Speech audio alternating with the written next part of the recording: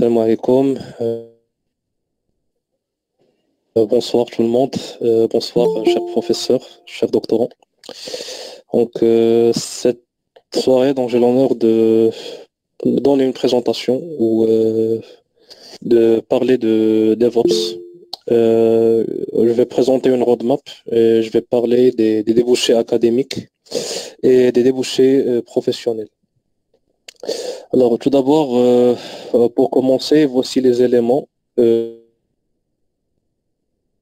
nous allons aborder dans ce webinaire. Donc, on va définir l'objectif du webinaire, l'objectif général, la finalité, le résultat, le fruit de ce webinaire, le profit pour chaque doctorant, chaque thésard, voire même il y a des gens qui souhaitent avoir une idée sur une carrière en DevOps, ils souhaitent débuter en DevOps.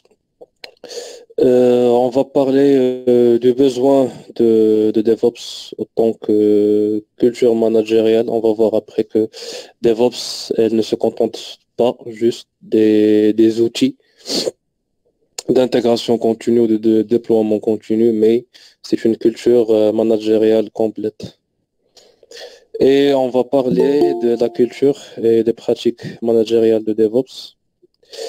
On va aborder le volet technique dans lequel nous allons discuter la chaîne DevOps, ses différentes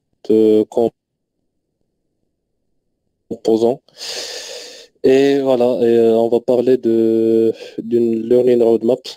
C'est une feuille de route qui va permettre aux nouveaux parties prenantes, nouveaux étudiants, que ce soit des ingénieurs qui souhaitent faire une carrière sur DevOps. L'information sur DevOps, elle est disponible sur Internet. On trouve pas mal de revues, on trouve pas mal de tutoriels, on trouve pas mal de cours et pas mal de books qui se trouvent sur Internet. Sauf que on ne sait pas avec quoi on doit commencer, c'est quoi la feuille de route avec laquelle il est préférable de débuter, quels sont les éléments qu'on doit prioriser dans l'apprentissage de DevOps. Et on va parler des débouchés professionnels, c'est-à-dire les postes que peut occuper un ingénieur DevOps et les différentes missions, pardon, ainsi que les débouchés académiques. Et ici, quand on parle des débouchés académiques, c'est lorsque les ingénieurs, les masters, les bacs plus 5 en général souhaitent poursuivre des études doctorales. Ici, je mets l'accent sur les contributions scientifiques dans ce volet. Alors, l'objectif du séminaire, c'est la présentation de la culture de DevOps. Ensuite, on va présenter la chaîne DevOps. Ce webinaire va permettre de noter les keywords. Ça, c'est pas un tutoriel parce que c'est quasi impossible de faire un tutoriel, même un récapitulatif de DevOps. Et on va juste mettre l'accent sur les mots-clés, les keywords essentiels pour monter en compétences. Ça va aider à monter en compétences. Et ce webinaire va permettre d'avoir une roadmap pour l'auto-apprentissage et connaître les débouchés professionnels et métiers DevOps. Et il y a des propositions de sujets de thèse en DevOps aussi. Alors, dans une entreprise informatique, quand on parle d'une entreprise informatique, c'est-à-dire n'importe quelle boîte ou multinationale qui a pour objectif de créer ou de vendre des services informatiques, on constate deux types de collaborateurs qui collaborent ensemble afin de produire des logiciels, fournir des solutions informatiques. Nous avons les développeurs et nous avons les opérationnels ou bien les intégrateurs. Donc le développeur, leur rôle, c'est le développement, soit de développer de nouvelles fonctionnalités ou bien de reproduire les anomalies ou corriger des anomalies. Donc leur objectif, les objectifs du développeur, c'est maintenir la chaîne du développement. C'est-à-dire que le développement soit d'une façon continue. Tandis que le rôle des intégrateurs ou des opérationnels, des gens qui s'occupent du déploiement de la mise en production, c'est maintenir le déploiement des applications et éviter les crashs du serveur. C'est-à-dire que ils ont comme objectif le déploiement ou bien l'intégration continue. Donc, dans le cas normal, lorsque un développeur ou bien l'équipe de la dev développe une nouvelle fonctionnalité dans un produit, donc elle demande à l'équipe de l'intégration ou à l'équipe de l'exploitation, les opérationnels de stopper le déploiement et de réaliser un nouveau déploiement de la nouvelle fonctionnalité. Ici, on constate que les deux objectifs des deux équipes, ils diffèrent. C'est-à-dire que nous avons un besoin de relais et nous avons un besoin de terre d'entente entre les développeurs et les opérationnels. Donc, DevOps, c'est une culture managériale qui consiste en l'automatisation de l'intégration et le déploiement continu des applications. C'est-à-dire que c'est un ensemble de pratiques managériales et un ensemble de pratiques techniques qui visent à maintenir le développement de la production continue et le déploiement et l'intégration, elle doit être d'une façon continue. DevOps, elle est là pour trouver une terre d'entente entre ces deux phases de production de logiciels ou de produits ou de services informatiques. Elle veille à ce que le développement soit d'une façon continue et qu'il n'y a pas un empêchement de service et que le déploiement et l'intégration soient d'une manière continue. Ce qui fait, c'est une application pour qu'elle soit intégrée et déployée d'une façon continue sans avoir recours à stopper les étapes du processus. L'application doit adopter elle contient deux choses. Elle contient deux choses. Donc, elle contient un volet managérial qui contient des qualités et des valeurs managériales, ainsi que un volet technique qui consiste à fournir une chaîne ou un socle technique complet qui commence de l'étape de la planification, l'étape de développement, l'étape du testing, vers l'étape de l'intégration continue, le déploiement et la livraison continue, vers le monitoring. Et à partir du monitoring, il y a des feedbacks qui reviennent vers l'équipe du développeur pour savoir les anomalies ou bien les erreurs qui ont été produites durant leur premier release. Alors, on a dit que DevOps, c'est une culture et pratique managériale. Voilà, donc ce sont les valeurs DevOps. Donc, le DevOps, elle est principalement fondée sur l'agilité, c'est-à-dire que soit l'équipe de dev, soit l'équipe des opérateurs doivent adopter un mode de management de projet agile. Donc, c'est quoi l'agilité? Alors, l'agilité, c'est l'habilité à changer rapidement la position de son projet. C'est-à-dire que les différentes parties prenantes d'un projet, ils peuvent changer de rôle facilement. Un développeur peut prendre les rôles du test. Un testeur peut contribuer au développement, à l'amélioration de la qualité du dev, veiller à ce que l'aspect soit respecté. Un rôle important dans l'agilité, une implémentation de l'agilité. Il s'agit de la méthode Scrum. Et il y a ce qu'on appelle un Scrum Master ou un Product Owner.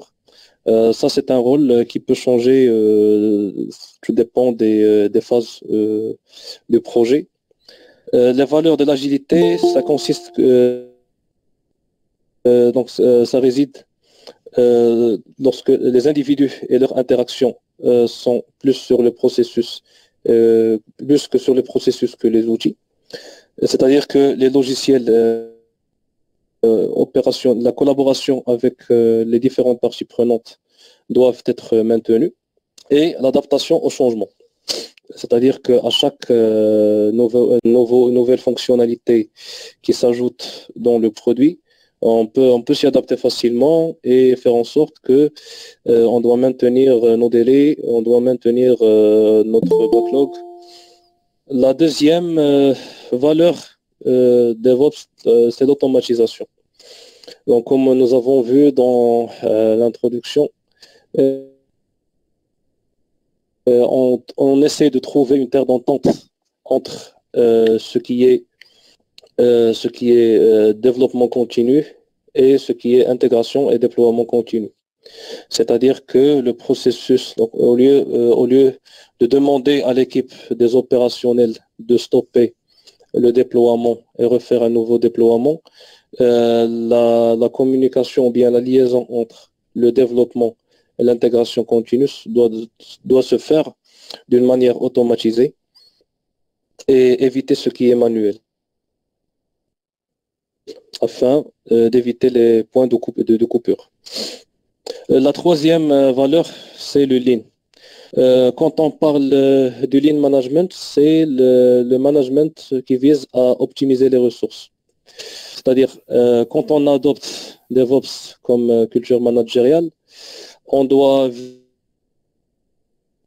veiller à ce que on choisit les ressources qui ont un bon rapport qualité-prix, une bonne performance et éviter le gaspillage des ressources, éviter le gaspillage des machines virtuelles, le gaspillage des outils qui sont inutiles. Il y a une autre culture, c'est la culture de la mesure, c'est-à-dire que à chaque étape du déroulement du projet DevOps, on doit fournir ou bien extraire des mesures de performance.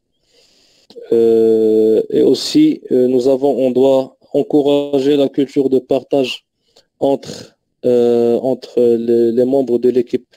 Une équipe DevOps, c'est une équipe homogène, plus ou moins, une équipe dont les membres ont des capacités de développement, ils ont des connaissances sur le scripting, ils ont des connaissances aussi sur le développement continu, le déploiement continu, l'intégration continue. Donc, ils ont des capacités homogènes, ils s'entraident dans le cas où un ou bien quelques membres d'équipe ne sont pas en mesure de réaliser quelques tâches, ou bien ils n'ont pas des compétences suffisantes, des connaissances plutôt suffisantes. Voilà, donc là, nous avons le contexte d'application, le why, le how et le what. C'est-à-dire, avant d'appliquer le DevOps, il faut toujours se situer dans le contexte d'application. Donc, pourquoi on veut appliquer le DevOps? Est-ce qu'on voit qu'il y a une culture managériale qui est une culture managériale qui n'est pas récente? Comment l'appliquer? C'est-à-dire, on doit toujours se demander, est-ce que nous avons les bonnes ressources? Est-ce que nous avons les outils pour permettre d'appliquer le DevOps et le what, c'est-à-dire le produit que l'on veut réaliser. Il y a une autre valeur de DevOps, c'est l'ingénierie du chaos. Qu'est-ce qu'on veut qu'est-ce qu'on entend parler de l'ingénierie des chaos? Il faut que notre pratique soit adaptée aux imprévus. C'est-à-dire, on doit adopter une culture de testing qui s'adapte aux imprévus, qui s'adapte aux dysfonctionnements des choses. Et finalement, nous avons une culture managériale moderne. C'est-à-dire, on va faire la rupture avec le management classique, le management qui consiste à donner des ordres. On doit faire une rupture avec la bureaucratie. Et là, je mets l'accent sur la différence entre un chef, un petit chef et un leader. La culture DevOps, elle fait une rupture avec ce petit chef qui donne les ordres, qui inspire la peur, qui est basé sur la sanction plutôt que la récompense. Et ici, nous avons le volet technique de DevOps. Donc, le volet technique de DevOps, la première des choses, c'est Infrastructure as Code. Infrastructure as Code, c'est-à-dire que c'est un ensemble de outils qui permettent d'avoir une infrastructure, un usine logicielle complet pour pouvoir traiter les projets. Nous avons aussi le cloud, c'est-à-dire que DevOps encourage l'utilisation des ressources cloud et les différents features du cloud. Donc, le cloud, parmi ses principes, c'est vous payez ce que vous consommez. Il y a l'élasticité, il y a donc les applications qui seront développées et sur lesquelles on applique le processus DevOps doivent être des applications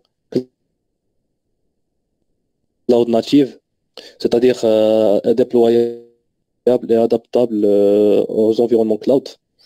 Nous avons les microservices. Donc DevOps, elle recommande que l'architecture que les applications doivent adopter, elle est basée sur l'architecture des microservices avec ses différents patterns et qu'ils doivent être faiblement couplés. C'est-à-dire la rupture avec le couplage fort, la dépendance forte avec des composants de l'application.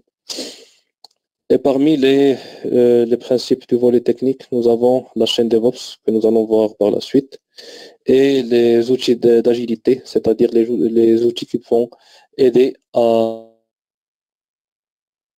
surveiller et à réaliser une planification en mode agile comme le fameux outil Jira.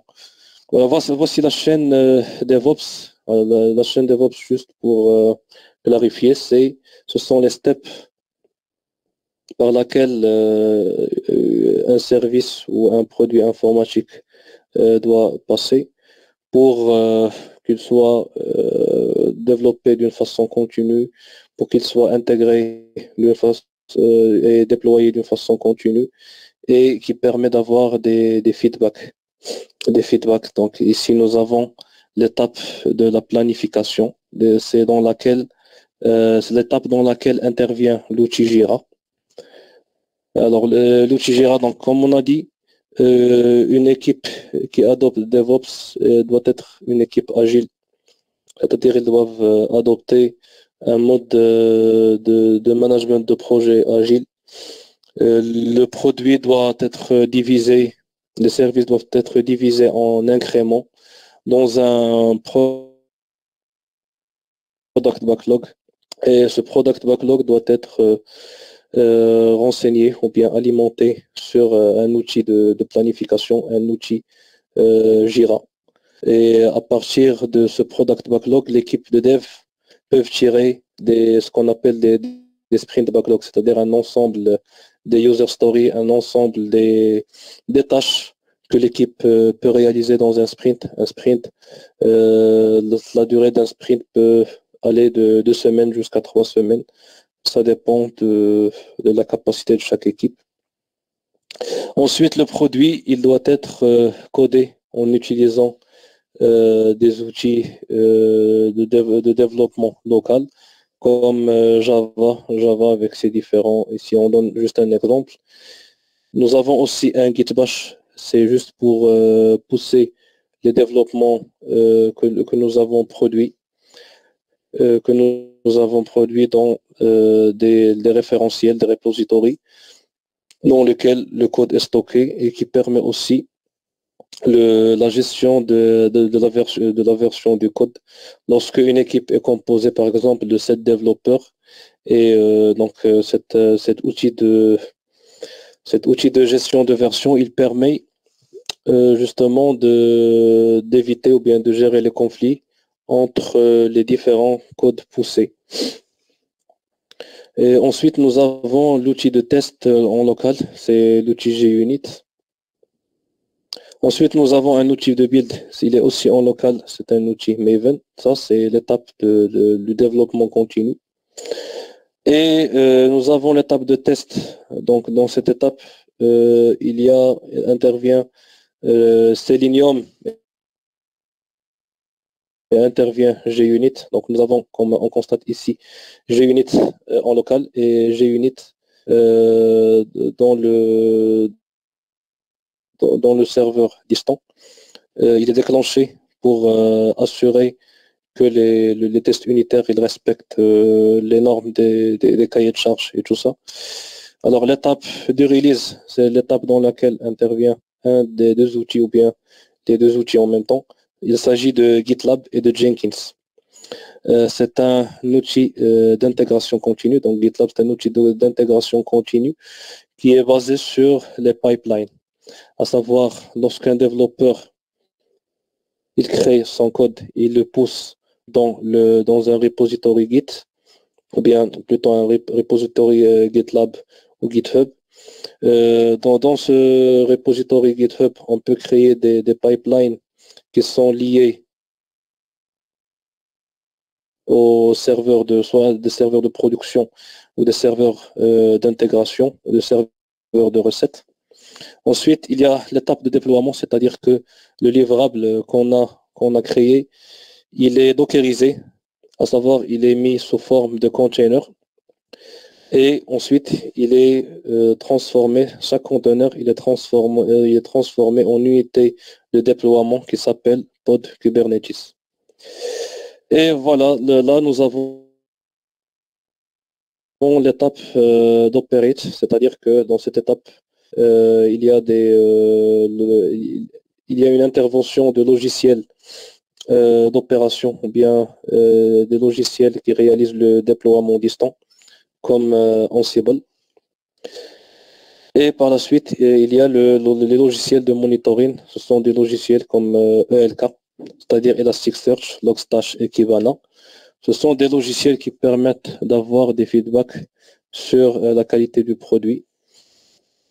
Et la chaîne, elle tourne, donc le feedback, on peut avoir le retour, on peut le visualiser sur Jira. Donc l'outil de Jira, il contient le product backlog. Et après, à partir de ces feedbacks, on peut tirer d'autres tâches, soit des tâches d'amélioration ou des tâches de RFC, des requests for change, pour pouvoir travailler là-dessus et refaire les incréments. Donc, Kubernetes, c'est un outil de scaling, c'est un outil de mise en échelle des conteneurs. C'est-à-dire, nous avons un livrable qui a été containerisé sous forme de conteneur Docker. Là, il est mis dans des unités de déploiement qui s'appellent pod. Alors, ces pods, ils sont distribués à partir du masternode vers les autres serveurs ou bien les autres nœuds, les autres slaves appelés worker nodes. Ici, nous avons l'outil Ansible. L'outil Ansible, c'est un outil plutôt de déploiement qui consiste à enregistrer les machines que l'on souhaite orchestrer. Cet outil, qu'est-ce qu'il permet de faire? Il permet de créer un cluster Kubernetes, c'est-à-dire il permet de récupérer les pods et les distribuer sur les worker nodes. Nous présentons maintenant un cas pratique pour DevOps. Par exemple, nous souhaitons travailler sur une application e-commerce from scratch en adoptant les normes de la culture DevOps. Donc, dans ce cas-là, qu'est-ce qu'on nous fait? Donc, nous aurons besoin de nous rassurer de la disponibilité des prérequis. La première des choses, c'est on doit veiller à ce que nous avons une équipe agile, c'est-à-dire une équipe qui respecte, qui adopte plus notamment les normes de la méthodologie Scrum. Est-ce que nous avons des gens qui sont matures, des gens qui ont la capacité de prendre le rôle de Scrum Master, des gens qui ont l'habilité à s'adapter au changement. La deuxième des choses, l'architecture sur laquelle l'application doit être basée, c'est l'architecture des microservices. C'est-à-dire on doit éviter le couplage fort entre les différentes composants pour que chaque composant doit être déployé d'une façon indépendante. La troisième des choses, on doit veiller à ce que nous avons des environnements cloud, plus précisément AWS ou Azure. La troisième des choses, on doit avoir un outil Jira pour la planification, pour la maintenance et pour avoir des feedbacks. La troisième des choses, on doit avoir un outil d'intégration continue, plus notamment, par exemple, à titre d'exemple, GitLab. Et nous aurons besoin d'un environnement de développement pour les développeurs, à savoir pour les gens qui font du Java, du Spring, STS, Visual Studio, Java, JUnit, Selenium. Donc les applications, ils ont une tendance, maintenant c'est une tendance des micro-front-end et un back-end qui est indépendant du front-end comme Spring Boot avec de l'Angular ou avec du React ou Vue.js. On doit avoir travaillé sur un système de branching dans GitLab, c'est-à-dire que on doit prendre le GitLab et le diviser, c'est-à-dire créer des branches Git pour chaque type de serveur de déploiement. Ici, nous aurons besoin d'une branche master, c'est la branche principale, la branche de développement dans laquelle on peut mettre nos développements, la branche recette, c'est la branche dans laquelle une fois on souhaite en faire une mise en recette et donner le GAO pour l'équipe de test pour tester. La pré-prod, elle est liée au serveur de la pré-prod et la branche prod, elle est liée au serveur de la production. On doit réserver des instances cloud pour chaque serveur. Donc nous avons, c'est ça, ces prérequis doivent être faits avant le déroulement du projet. On doit réserver des instances cloud pour la recette, pour la pré-prod et pour la prod. Nous aurons besoin aussi de paramétrer des pipelines pour ces branches, c'est-à-dire que créer des pipelines qui lient les branches de GitLab avec ces serveurs. Nous aurons besoin d'initier le projet et le mettre sur le repository de GitLab.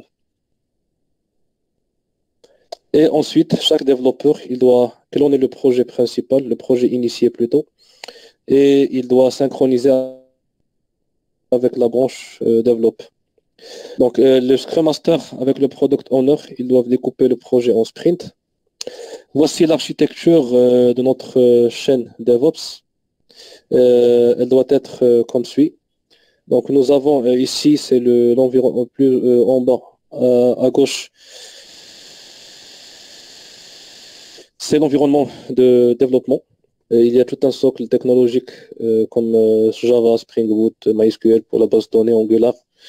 Et chaque développeur doit disposer d'un outil de Git. Plus précisément ici, on travaille soit avec Git Bash, Git Kraken. Donc lorsque le développeur il pousse son développement, il le pousse dans une branche dédiée sur GitLab. Ensuite, il y a donc le GitLab, il crée en utilisant la pipeline, il crée une image virtuelle ou bien un container Docker, il le stocke. Ici, nous avons adopté l'exemple de AWS. il est stocké dans Amazon ECR. C'est un hub, c'est un repository qui contient des images Docker. Ensuite, Ansible, qu'est-ce qu'il fait? Il prend les conteneurs, il commence à créer des clusters Kubernetes. Le cluster Kubernetes, il est composé de master node et de worker node. Donc, dans ces worker nodes sont déployés des pods. Les pods sont des unités de déploiement qui sont formées de conteneurs Docker. Donc, chaque worker node Kubernetes, il représente un serveur donc soit un serveur de recette ou un serveur de pré-prod ou un serveur de prod. Et plus en bas, il y a des outils de monitoring. Les outils de monitoring, c'est le socle ELK.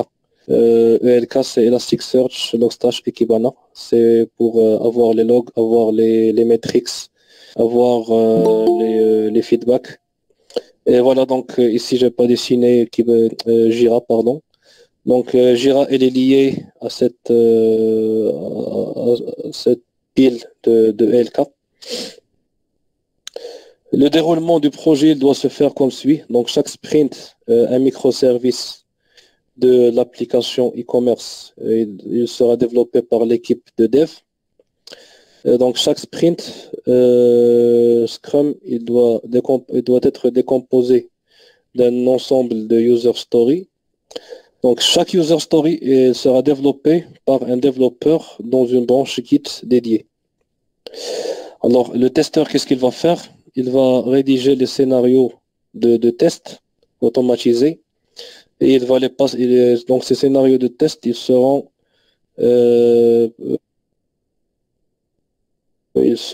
passés sur Selenium.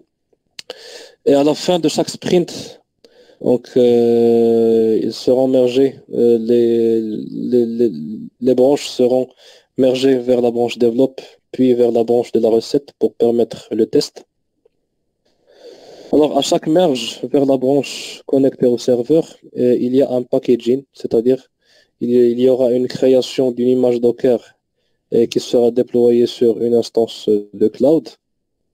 Dans l'étape du déploiement continu, il faut que les instances cloud soient branchées aux outils Ansible et Kubernetes afin de créer un écosystème de machines avec un équilibrage de charge. C'est-à-dire que dans une application, il se peut qu'on ait plusieurs instances. Kubernetes, il fait aussi le scaling, c'est-à-dire l'équilibre de charge. Et dans l'étape de la livraison continue, donc il y aura un socle ELK qui va réaliser le monitoring. Il va remonter le feedback et les métriques de l'application. Ici, on propose un learning roadmap. Donc, nous avons vu un cas d'utilisation, un cas de déroulement d'un projet DevOps en cloud et les différents outils qui interviennent dans la chaîne DevOps. Et ici, on propose une roadmap, une feuille de route d'apprentissage de DevOps. Donc, DevOps, elle est divisée en deux volets. Il y a l'aspect managérial et l'aspect technique. Donc, pour l'aspect managérial, il faut maîtriser l'agilité. Il faut s'adapter à l'automatisation, comprendre les principes d'automatiser les choses, cerner le besoin qui va permettre d'automatiser une chaîne de production ou un traitement ou un déroulement de script. Il faut apprendre la culture du Lean, de l'optimisation des ressources, la bonne gestion des ressources disponibles. Il faut avoir une culture de mesure, c'est-à-dire les mesures, les KPI, les indices de performance. Il faut adopter et encourager une culture de partage d'informations entre les membres de l'équipe. Il faut avoir un contexte applicatif solide, c'est-à-dire il faut toujours se poser la question pourquoi on veut adopter DevOps, comment on va adopter DevOps et c'est quoi la finalité, l'apport de DevOps à nos biens, nos services, nos produits, ainsi qu'il faut avoir une culture managériale moderne euh, qui fait la rupture avec les anciennes modes de management bureaucratiques et pathétiques. Et surtout, il faut apprendre les principes d'ingénierie de chaos, c'est-à-dire prévoir les cas, les crashs, les points de failure, etc. Les imprévus, la gestion des imprévus, c'est surtout l'ingénierie des chaos. Pour l'aspect technique, il faut, apprendre ou bien assimiler les principes du cloud. Ensuite, il faut assimiler l'infrastructure as code. Il faut maîtriser, c'est vrai que ça ne serait pas possible de maîtriser tous les outils de la chaîne DevOps. Ils sont des dizaines, voire même des centaines. Donc, chaque étape de l'outil et de la chaîne de DevOps, il faut au moins maîtriser un outil, deux outils. Il y a des outils qui sont plus fameux que les autres. Il y a des outils qui sont pour lesquels on opte pour dans les situations, dans l'environnement industriel. Comme par exemple Docker, il y a pas mal d'outils concurrents. Il y a pas mal d'outils qui font la containerisation, mais Docker, c'est le plus fameux. Ansible, c'est la même chose. Il y a Chef, il y a Puppet, mais Ansible, c'est plus performant. C'est plus facile pour la facilité d'utilisation. Et aussi, il faut apprendre la SRE. Quand on parle de la SRE, c'est l'ingénierie de la fiabilité des sites. C'est une approche d'ingénierie logicielle. Pour l'exploitation informatique, c'est considéré comme une pratique DevOps, c'est-à-dire les équipes de SRE utilisent des logiciels pour gérer des systèmes et résoudre des problèmes et automatiser des tâches liées à l'exploitation. C'est surtout la SRE. Leur mission donc, c'est la mise en place de la gestion de la stabilité du produit. Et les microservices. Donc le mode microservice, c'est le mode le plus adapté par les projets DevOps. C'est le mode le plus recommandé. Alors pour DevOps Toolchain, il y a l'étape du développement continu. Quand on parle du développement continu, on commence par l'étape des plans. Le code il doit respecter les principes solides ainsi que le respect des design patterns. Donc le code, on doit rompre avec l'anarchie. Dans le code, il faut que les classes ou bien les couches de son code, de son produit, ils doivent respecter un certain design pattern, adopter avec justification un nombre de design patterns. Et l'étape du build, il faut maîtriser le Maven. Par excellence, il y a le Maven, ainsi que le Git, le logiciel le plus fameux dans la gestion du versionning. Il y a l'étape de continuous testing. Il faut maîtriser le JUnit et le Selenium pour les testeurs. Le JUnit, c'est aussi dans l'étape de développement continu. Il faut développer des tests unitaires pour chaque fonctionnalité. Il faut même adopter un mode de développement basé sur la TDD. Ici, nous avons l'étape de l'intégration continue. C'est l'étape de release. Donc, c'est l'étape dans laquelle intervient le GitLab avec ses différentes pipelines. L'étape de déploiement continu, c'est l'étape dans laquelle intervient Docker comme un outil de containerisation et Kubernetes comme outil de déploiement et de mise en échelle, ainsi que l'étape d'opération, c'est l'étape dans laquelle intervient des logiciels comme Ansible. Et l'étape de monitoring, il faut maîtriser le socle de ELK, à savoir Elasticsearch, Logstash et Kibana. Ici, nous avons des logiciels de gestion de version du code, comme le Git. Donc le Git, il faut maîtriser la configuration et son setup. Voici les commandes Git pour pouvoir maîtriser la configuration et le setup.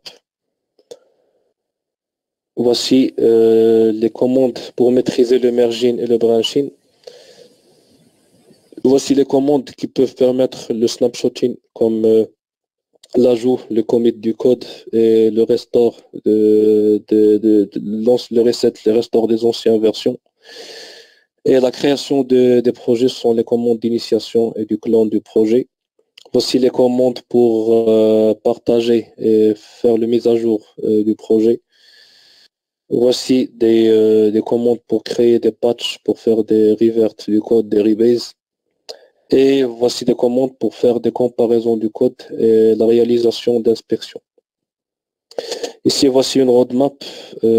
Plutôt, c'est pas une roadmap, c'est une feuille qui permet l'apprentissage ou bien avoir un résumé sur Docker dans lequel il y a une définition de l'image et du conteneur. Alors, le conteneur, c'est une instantiation d'image ainsi que les différentes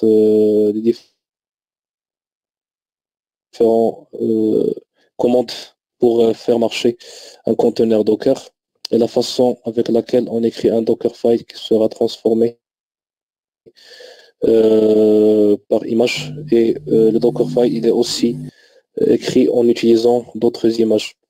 Voici une feuille de route, plutôt un sheet pour Kubernetes. Il contient les différentes commandes de Kubernetes. Il décrit aussi c'est un résumé qui décrit l'architecture de Kubernetes. Ansible, c'est la même chose. C'est comment configurer une architecture Kubernetes, comment réaliser une configuration, une automatisation de déploiement. Voici les livres que je recommande de lire pour avoir ou bien se muscler le profil de DevOps. Nous avons le DevOps Handbook, c'est un livre qui donne une culture sur l'agilité, la sécurité, l'organisation. Voici, il y a des livres pour l'ingénierie, pour l'intégration continue et la SRE. Il y a un autre livre c'est un cookbook d'automatisation DevOps. Voilà, donc ce sont des livres, voici des livres pour certifier en AWS. Un livre qui parle des patrons de conception des patterns de microservices. Un autre qui parle de GitLab et des applications cloud native. Voici les certifications qu'un ingénieur DevOps peut préparer. Il peut commencer par une certification de DevOps fondamentale et ensuite, après avoir franchi l'étape de DevOps fondamental, il peut préparer une certification de DevOps Leadership. Ensuite, il peut préparer, donc juste pour info, il n'y a pas une certification qui rassemble tous les outils de DevOps. Il y a des certifications à but managérial, il y a des certifications pour chaque outil DevOps. Ici, voici une certification pour Ansible. Voici une certification de Docker de l'entreprise mère. Donc, je recommande que les certifications doivent être de la société mère. Voici la CKA pour Kubernetes et la CKAD. Ça, c'est pour Kubernetes. Et pour GitLab, il y a une certification de la société mère. Et pour le cloud, chaque distribution de cloud public, elle propose sa propre certification. Ici, je recommande AWS DevOps Engineer.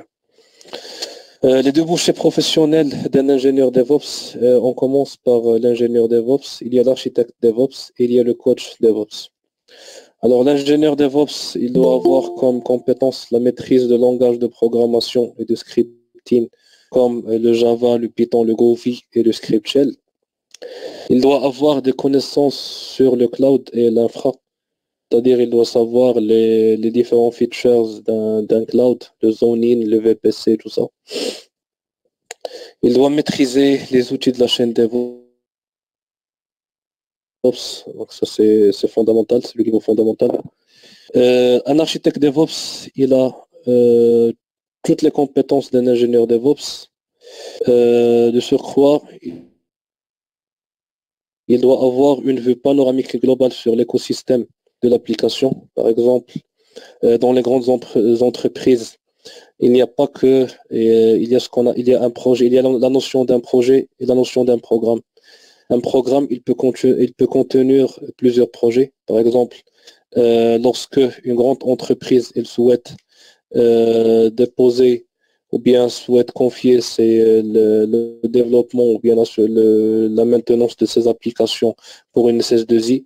Par exemple, nous avons un exemple de la SNCF, elle confie ou bien elle a donné de la surveillance ou bien la production de ces applications à Capgemini. Donc SNCF, c'est un programme, il contient plusieurs projets.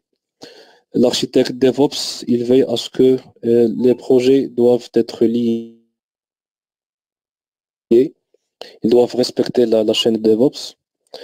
L'architecte DevOps, c'est lui qui est responsable des choix des outils et la justification des choix, c'est-à-dire pour quelle étape. Pour chaque étape, il doit justifier, par exemple, pour l'intégration continue, il doit justifier il doit justifier le choix de GitLab plutôt que de Jenkins.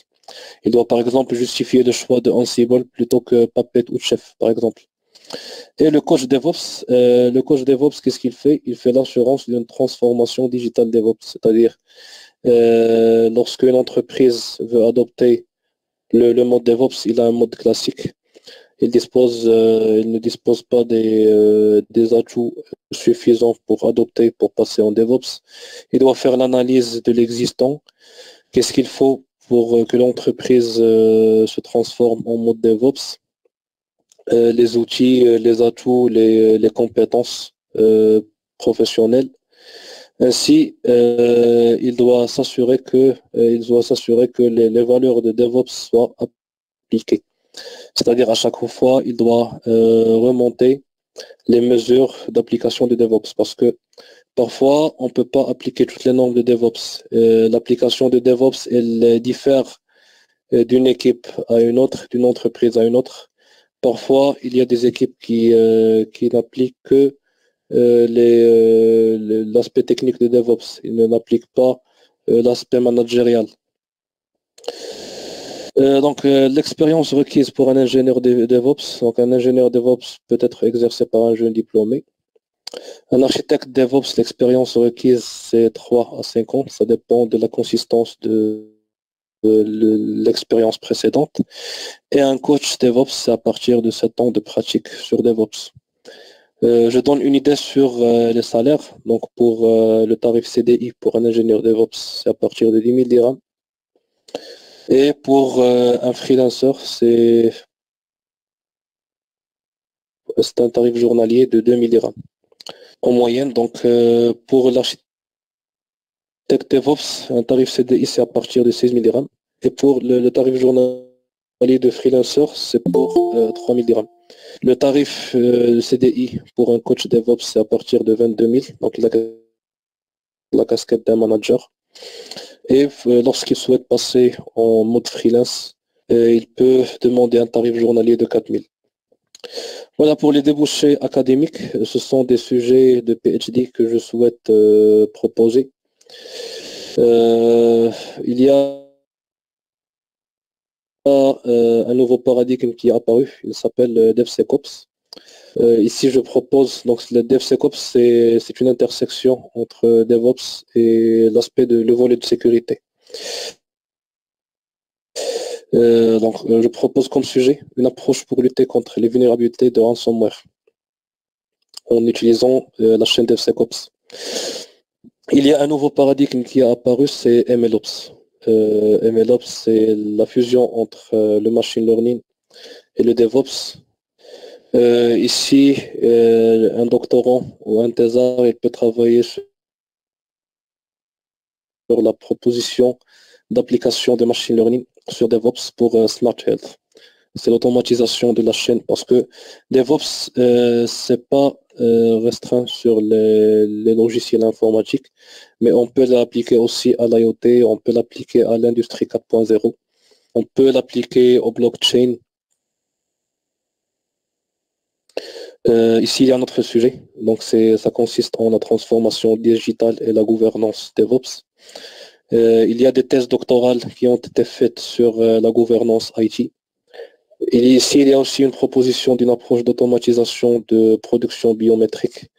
Quand on parle de production biométrique, c'est carte nationale, pièce d'identité, passeport, permis de conduire. Et ici, nous avons la proposition d'approche de computer vision pour la reconnaissance faciale, donc en utilisant la chaîne MLOps. Moi, je vous remercie pour votre présence, pour votre intérêt. Merci beaucoup, c'est Badr, c'était très très très intéressant et très riche. درنا راسي بقوة المعلومات باسكو انايا دي فوكس غير كنسمع به. لا بالعكس سيتي تري ريش و كل واحد ياخذ على قدر داكشي اللي كيعرف واللي كيقلب. Je vous remercie beaucoup, surtout عجبتني ان tu as parlé de la chaîne, tu as parlé des outils, tu as parlé des certifications, des salaires, tout. Merci beaucoup pour la présentation qui est très intéressante. Je ne sais pas où il y a des questions, je ne vais pas vérifier. Bonjour. Il a des questions, il peut prendre le micro. Sinon, ma question, il y a une entreprise où ils veulent basculer sur l'approche DevOps. تقريبا غادي يخصهم من بروفيل DevOps. Je parle des ingénieurs. Non. Normalement, un ingénieur DevOps, il peut faire l'affaire, c'est-à-dire il peut se rassurer, il peut jouer le rôle d'assurance que les bons outils soient disponibles. Mais les autres ingénieurs, ils doivent aussi avoir des connaissances sur un outil de chaque étape de la chaîne. C'est-à-dire ils doivent maîtriser les Git, ils doivent maîtriser le GitLab, ils doivent avoir une connaissance sur Kubernetes, sur Ansible. Ils doivent avoir une capacité de travailler dans des environnements. Exactement, oui, exactement. Donc l'équipe, la connaissance de l'équipe doivent être homogènes. ولكن ما فهمتش اللي ما فهمتش هو علاش خاص كلشي يكون كيعرف كلشي. هادشي اللي فهمت من نو ماشي كلشي كيعرف كلشي ماشي كلشي كيعرف كلشي مي au moins normalement un ingénieur DevOps il a une connaissance plus approfondie que les autres opérateurs, mais ça n'empêche les développeurs ils doivent avoir une certaine connaissance sur les outils, donc ils doivent avoir de quoi il s'agit. Ils doivent savoir comment contourner les choses, comment faire des déploiements, comment faire des merges, comment faire des MEI, des MEP, des mises en prod. Vous voyez ce que je voulais dire. فهمتك باش ما نبقاوش يعولوا على واحد الا طاح كلشي. Exactement, voilà, exactement. Ils doivent pas, voilà, exactement. Ils doivent pas centraliser leurs connaissances dans une seule personne. داكشي باش قلتي لو بارطاج. Exact. Ça fait partie des cultures DevOps, les cultures qui sont recommandées par DevOps. وي وحاجه اخرى ما فهمتهاش فاش كنتي كتهضر على ديفلوبمون كونتينيو غوسيت كونتينيو. انا هاد الكلمه اول مره كنسمعها ديال ça veut dire quoi continu, test continu, déploiement continu. C'est-à-dire que on n'aura pas besoin de stopper le développement, c'est-à-dire le processus de développement pour que les testeurs doivent dérouler ces tests. C'est ça le principe. D'accord. يعني كلشي خدام. Exactement. D'accord. Très bien. Alors, il y a une question Zineb. Zineb, تقدر تاخذي المايك. السلام عليكم. وعليكم السلام. Ça va. Ça va, Alors, Marc. c'était très intéressant. تبارك الله عليك. Tu as pu résumer, ما شاء الله بزاف ديال les outils parce qu'أنا فايتة قريت جي يونيت قريت خلاص la partie Spring Boot J2E et tout. C'est vrai que j'ai pas vraiment travaillé sur tout ce qui est DevOps, mais que j'ai vraiment très intéressant. Ce serait une formation hacker pour avoir une idée comment ils mergent داكشي كامل. Chose que c'est pas évident un D'accord. étudiant d'abord ملي كنقريوهم انه يكون كيميتريزي داكشي كامل. Ça d'une part. C'est Ça vrai. m'a Oui. vraiment زعما شد الانتباه ديالي في la partie recherche. Le sujet اللي وريتي جاوني très Oui, intéressant. Surtout, oui, parce que dévoilé. on peut travailler sur la blockchain. Parce que dernièrement, on a كنقلب على la Oui. blockchain, عجبتني, j'ai trouvé que c'était intéressant. Or que j'essaie de voir dans quel aspect on peut travailler sur DevOps et blockchain. Quand il est ligne de produits, oui, فهمت شوية, mais cela dit, Oui. oui, si tu peux développer la partie recherche, c'est très intéressant. Alors, la partie recherche, Proposer des sujets, ça a du sens.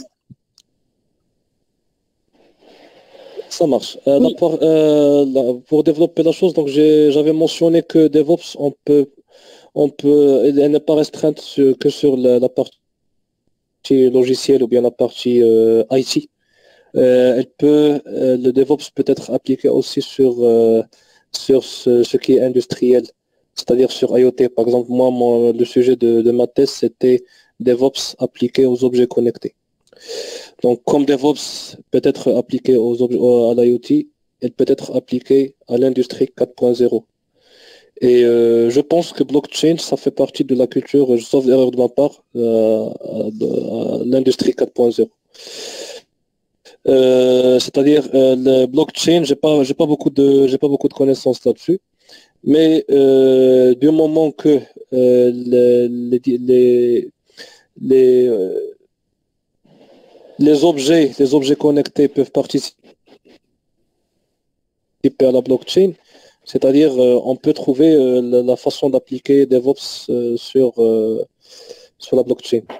Si bien sûr un écosystème blockchain, il est basé sur des capteurs, des actionneurs, des objets connectés. j'ai Et vous compris. savez que que l'IoT, voilà, les objets connectés, il y a trois niveaux de déploiement, comme vous savez. Il y a le niveau Edge, c'est le niveau physique, le niveau Fog et le niveau Cloud. Le niveau Edge, c'est le niveau dans lequel sont installés les objets physiques, les capteurs, les actionneurs. Le niveau Fog, c'est les workstations. Et le niveau Cloud, ce sont les instances cloud qui peuvent contenir des objets virtuels qui ne sont autres que des représentations virtuelles, des abstractions des objets réels déployés dans le niveau physique. Oui, aussi, j'ai intéressant أصلا la partie اللي قلتي ML Ops اللي فيها الماشين learning proposition d'application machine learning sur DevOps. ماشي لابد غير sur Smart Health زعما on peut Non, c'est زعما juste l'appliquer sur un cas c'est ça d'utilisation. un cas c'est ça داكشي اللي قبل لي d'accord C'est juste un case study. On peut l'appliquer, voilà. Oui, exactement. sur plusieurs oui Euh, c'est il y a parfait Smart merci beaucoup Health, il y a Lénère. Smart Farm. Ah, مرحبا. D'accord merci.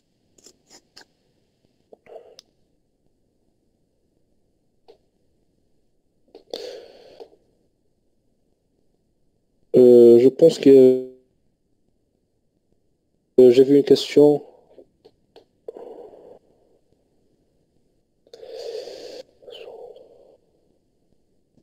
Bonjour. Bonjour de Oussama Jamal. Oui. Oui, كتسمعوني؟ Oui. Oui. Bonjour, merci beaucoup Sibadar pour cette présentation. C'était très riche. Ma question est sur le DevSecOps. Est-ce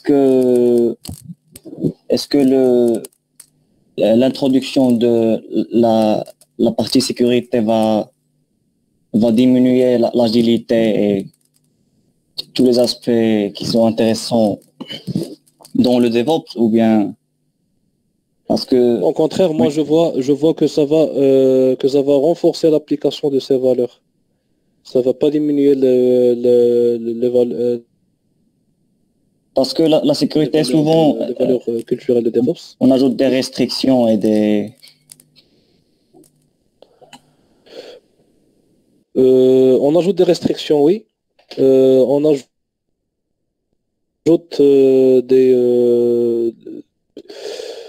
peut-être des plans de. Il faut être proactif plutôt pour appliquer DevSecOps. Donc ça nécessite d'être proactif, d'anticiper les choses.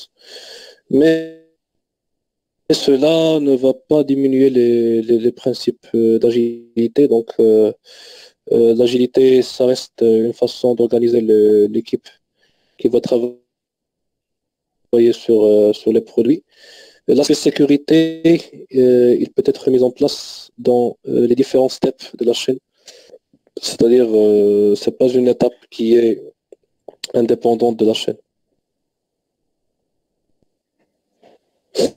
D'accord, merci beaucoup. Alors, il y a de questions. On va clôturer la séance. Merci beaucoup, Monsieur Badr.